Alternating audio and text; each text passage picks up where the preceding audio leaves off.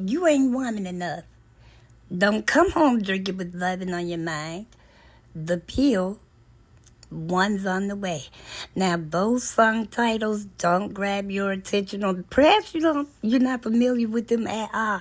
I bet you'll know the next one when I say what it is, and it's coming up right on the other side of the intro. Come on in, let's go. Hello, music lovers. Welcome to Ms. Music. Visitors, should you happen upon the channel, feel free to join us. We'd love to have you. Well, hello again, music lovers. Welcome back. Yay, I get to say welcome back to the channel. I am your host, Ms. Music, and this time I am here with my very first installment of About the Artist. Or is that my first installment? Let me go back and see. Yeah, it is. Okay, so just before the intro, I mentioned 4 song titles, and I said if you didn't recognize those, you would know who the artist is when I mention this song. Okay, here we go. This song is called Coal Miner's Daughter. Yep, the one and only Miss Loretta Lynn is the featured artist for this segment. Before I begin Loretta Lynn's story, let me just say, in my own humble opinion, I think that country music has gotten a bit of a bad rap for supposedly being very depressive music. And in my opinion, nothing could be further from the truth. If you listen to the lyrics, whether you take the steel guitar out or leave it in, whatever the case may be, call me silly or whatever, that is some of the funniest music you'll ever hear. Trust me. And it's bad enough that you say it's country music. Oh, listening to country music is so depressing. It makes you just wish you weren't amongst the land of the living, or whatever all that crazy stuff is people say. Okay, and it's not just one particular artist. It's the entire genre of country music. I don't think that's true or fair. Okay. All right, with all of that being said, let's get back to the story of why we are here. The one and only Miss Loretta Lynn. Now, Loretta Lynn Webb was born on April 14th, 1932 in Butcher Hollow, Kentucky. I don't know if that place still exists now. It was small when she was born, and I don't know if it's still there or not now. But anyway, Butcher Hollow, Kentucky is where she was born. She was the second oldest child, but she was the first daughter. She was born to parents Claire Marie and Melvin Theodore or Ted Webb. Now, Loretta, like I said, was the second oldest, but she had either 8 or 9 siblings, something like that. And I know that she was preceded in death. Now I'm just talking about her siblings, because her parents preceded her also. But I believe before the parents passed away, they had lost 3, if not 4 of their sons. Well, the mother did, because the father passed away at age 52, shortly after they moved to Wabash, Indiana, after they left Butcher Hollow, Kentucky. So he had worked in coal mines and did something else, so he ended up losing his life to lung disease. But like I said, Loretta Lynn still had, by the time she was by the time she became a grandmother or so, she'd already lost about 4 of her siblings. Now, Loretta Lynn's youngest sister, her name is Crystal Gale. Well, her birth name was Brenda Gale, but when she decided she wanted to try her hand at music, someone told her to change her name because I believe it was already a Brenda Webb. So she just changed her first name from Brenda to Crystal. So Crystal Gale is Loretta Lynn's youngest sister. Crystal Gale was in country music, and for all I know, perhaps she still is. But I know her music more or less, her one song in particular, the one that crossed over, is called Don't It Make My Brown Eyes Blue. That's still one of my favorite songs. I just love that piano in there.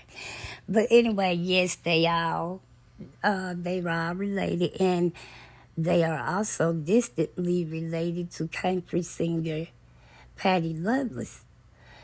All right, now when Loretta was 15 years old, she met her husband, Little. She was 15, he was 21. After only knowing each other for a month, he asked for her hand in marriage, and there they were, they got married. When she was 7 months pregnant, he, moved Loretta to a logging community in I think it was Washington State. Yeah, that's where it was, Washington State, because he had a job as some sort of a logger. So that's where they were, but she obviously stayed in touch with her family. Now, excuse me, Loretta and loved each other, but it was a very tumultuous marriage. As much as he loved her, she knows he loved her. He never, ever made her think that he didn't love her, but it didn't stop him from running around on her, cheating on her. One time he left her while she was in the middle of giving birth to one of his kids. Good gracious alive. But Loretta, I really don't think she felt like it was that bad, because she said, there was never one time that dude put his hands on me that I did not put my hands on him twice. So for every one pop he gave her, she gave him two back. So that's just how their marriage rolled all the way down the line. Now, as much as they loved each other, she said he was an alcoholic, and to her, that was the main source of contention throughout the marriage. They married August 27th, 1946. And 5 days before their 50th wedding anniversary, passed away. Now, together, they had 6 children. The first one was their daughter, Peggy Sue. She was born in 1948. She unfortunately passed away in 2013 from emphysema. Their oldest son, Jack, was born in 1949. And he passed away in 1989. He drowned. They found him. He had been out horseback riding or something. Somehow he ended up in the river or somewhere on their land. He was deceased. Now, those were the only 2 children, and that was too many, I'm sure, that they lost while she was alive. And, okay. In 2017, Loretta Lynn's health went on the decline. First, she broke her arm. I think it was either her arm or her wrist. She broke a bone, her arm. She also had a stroke. She eventually broke her hip. And all of that happened within the last 5 years of her life, started in 2017. That's when she stopped touring, because, it just got to be hard for her. Let me throw this in here right quick. Now, Loretta Lynn, as well known as she was, she only won 3 Grammys. You have got to be kidding me. I think she had something like 11 number one albums, and she had roughly like 24 number one singles. She was nominated for Grammys 18 times, and she won 3. I just found that a bit unbelievable. And I'm not the biggest Loretta Lynn fan. I do know of her, though, because I went to school with this one girl in particular who was a die-hard Loretta Lynn fan. Oh my gosh. So I would hear songs, walking along the halls or whatever, and that's why those songs at the beginning I threw out, those are songs I actually knew. It wasn't that I really looked them up. I just knew, and the titles tickled me.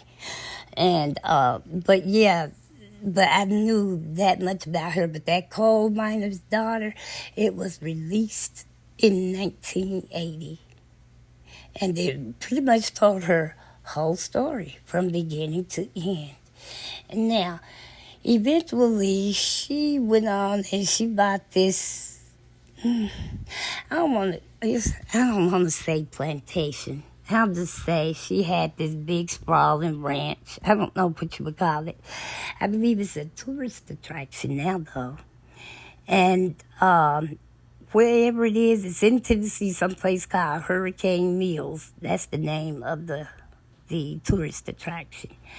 And so that's where she and Du raised their children. Now, by the time it was turned into a tourist attraction, she had not lived there in 30 years. However, she was always known to be somewhere on the property chatting with tourists as they passed through from time to time. Boy, I bet that was interesting. I bet that was fun. She always struck me as the type person who was just kind of like tactfully call it like she sees it. I don't ever get the impression that she was trying to be rude or anything, but you were going to know that she was there. Maybe I just say that because I'm pretty much that same way. But anyway, Loretta Lynn passed away in her sleep in 2022 at the age. She died on October the 4th, 2022. That's my youngest sister's birthday. So she died the day my youngest sister turned 50. Yeah. But yes, and I think her death was listed pretty much as natural causes because her health had already started going down as early as 2017. But we lost a great one when she died. I don't know. And let me say this, and I'm going to go to. For years, she used to duet with this man. His name was Conway Twitty. I think his real name was Harold Jenkins or something like that. But I knew him as Loretta Lynn's singing partner. And they had a big hit called Louisiana Woman, Mississippi Man. And another one was I Don't Like Spiders and Snakes. They had a lot of good ones. Ooh, that just makes me want to go back and relive some of those songs. But anyway, music lovers, this is going to wrap it up for me today, Ms. Music. Thank you, one and all, especially to my subscribers. Thank you so much for being subscribed, and I hope you continue to stay with me. I'm pretty sure I'll eventually come across something you really like. Visitors, feel free to join us. The door is always open over here. And everyone, please, by all means, be sure to like, comment respectfully because engagement is everything to me, and share. And by all means, make sure your notification bells are turned on for both Ms. Music as well as the Book Connection. And make sure that they're not only turned on, but that they are set to all, so you will be notified on both channels when I upload a video. And in the meantime, music lovers, just keep on listening to music until we can be joined together again. Music lovers, have a wonderful work week. Be safe out there, and God bless.